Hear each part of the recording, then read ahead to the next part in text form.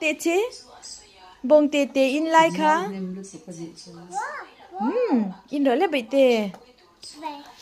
anh nghe bảy tê nên nể hí u tê na lên nó chẳng ạ thiam bông hồ tê in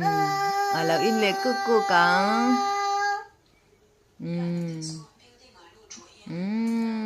tiang mal tu ka tiang in hi a in puk puk bên đi in nem thấy lứt tu cá in nem thấy lứt tu cá ơi van tươi ông phải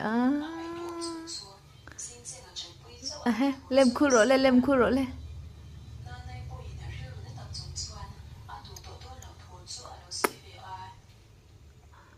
ơi ra te hi van in thấy em vâng tê họ tỏ lâu hi chú lồng u mê họ tiền khách là nghỉ lâu về lúc tụ cả in lệ to nè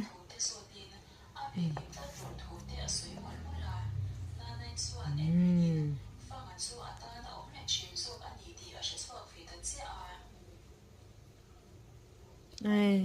apa han in na sa the api en te ka